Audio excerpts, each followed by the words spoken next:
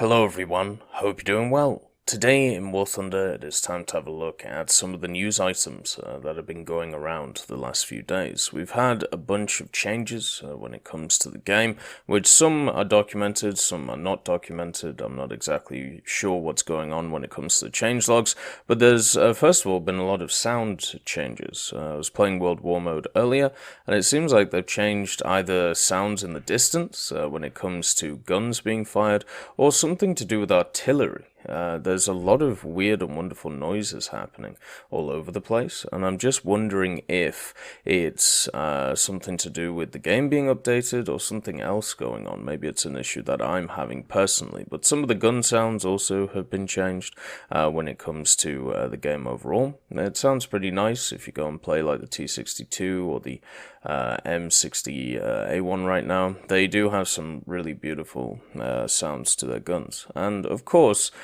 being the 14th of July, it is Bastille Day. Now, if you don't know what Bastille Day is, a simple but effective description of it is right here.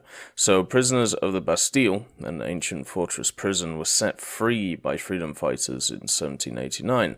This started the French Revolution, proclaiming the people of France free from monarchy and tyranny.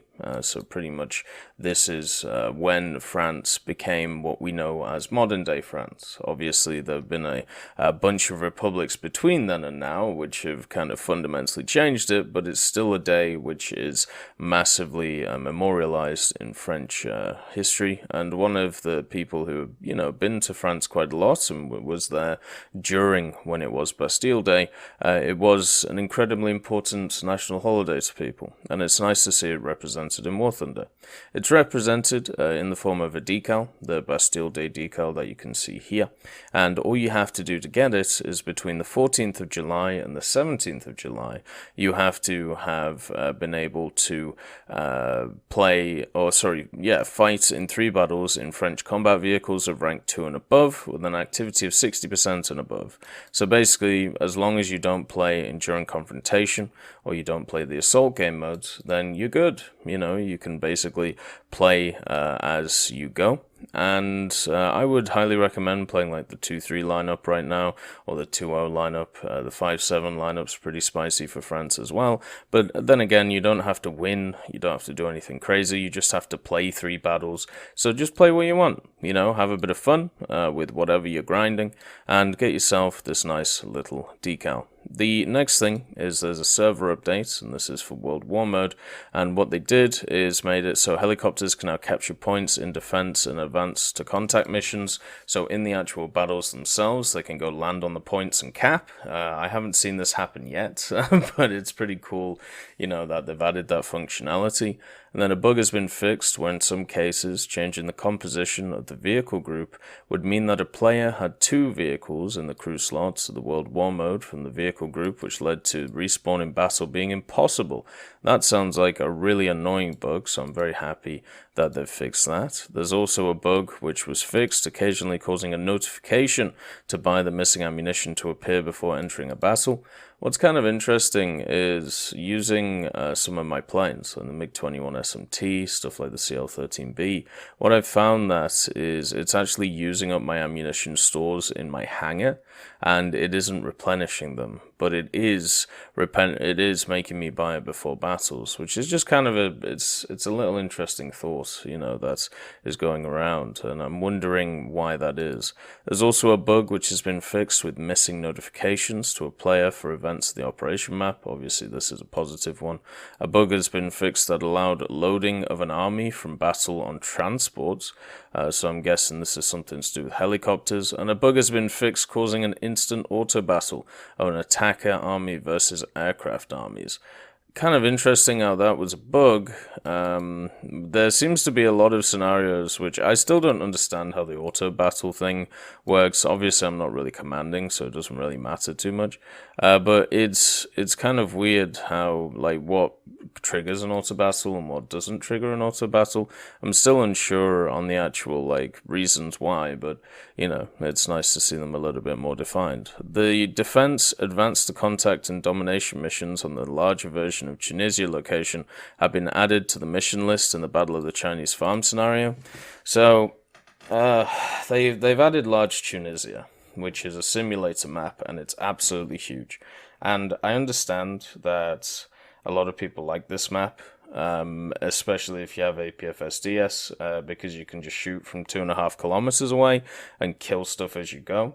The problem is only one side has APFSDS. The heat on stuff like the M60 AOS, it isn't exactly great at ranges of 2 kilometers and kind of hard to hit stuff. And also at the same time, since they've added the attack and defense game modes now, you pretty much have like 2 spawns in order to attack or defend, and then if you can't get them done, you are stuck in the back of the map. When you have 2 hills on either side, which overlook like the outer points of the spawns, and basically you can just spawn camp the whole game from your own spawn, it's kind of a bit of an issue, and that's what we're seeing right now with this map. I've heard a lot of people want this map to go into realistic circulation. I heavily disagree, because first of all, I feel like a lot of people would spawn once and then just leave. And also, it would also favor tanks which have laser rangefinders, thermals, and all of that good stuff as usual. So it would be great for tanks which are great at long ranges, and therefore nobody else would want to play it. So yeah, that would definitely be a map I would say no to. I think it's pretty nice in simulator because it gives you a lot of exploration. It gives you a lot of time where you can just run around the place, which is pretty cool. But yeah, it's one of those things. Then we have some balance fixes for the Fulda Gap. So what they did is the USSR army, they added more MBTs to the infantry army and reduced the amount of AFVs. For the German infantry army, they reduced the amount of MBTs and increased the amount of AFVs. So in general terms, for the Soviets, they get more T-80s, the Germans get more 2A4s. That's basically, the way to look at it. And then you have the T-72A, which has been added to the USSR MBT group. You have the Ma-24V, which has been added to the USSR helicopter group. It's kind of nice that we're seeing more helicopters and more stuff added to the groups, because it means that if you've ground out those vehicles, you have a chance to use them. If you decided to go down the T-72 line instead of the T-64 line, you now have something to play, instead of, just being stuck with something like a T-55. The fact is, the core problem with this season of World War Mode is the fact that they didn't give us enough time to research everything, and as each operation goes on, it is a very clear fact that there is a big gap between haves and have-nots. I've had a lot of squadron members in TechES just flat out say they don't want to play certain sides of the World War Mode because they don't have the vehicles, and I don't blame them. I don't blame anybody having that attitude because it's painful. This is shown massively in the Battle of the Chinese Farm, where they've decided that the AMX-13 is a great default light vehicle. It literally cannot do anything against the medium tanks from the Soviet side. All the Soviet tanks have to do is pretty much run at it, and they'll kill it over and over and over again. You can only really pen them from the side and the back, and because of the way that a lot of the battles are set up, that's not really possible.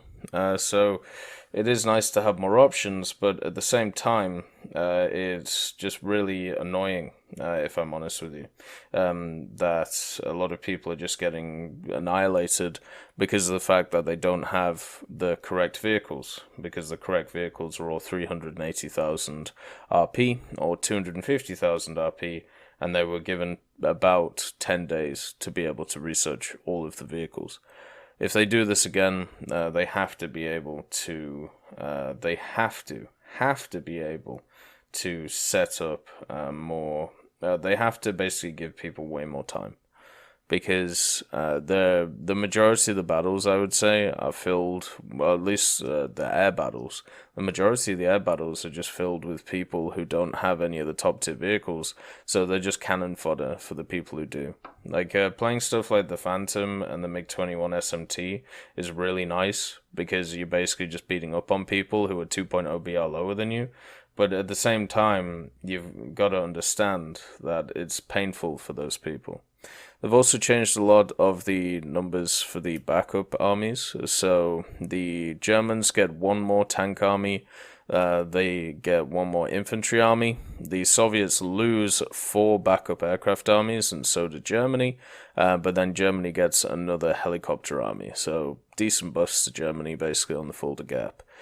Time of backup deployment for both sides has been corrected in accordance with the new number of armies. So basically, what that means is, hopefully the timers make a little bit more sense when it comes to everything. But yeah, that's the general news which is going on right now.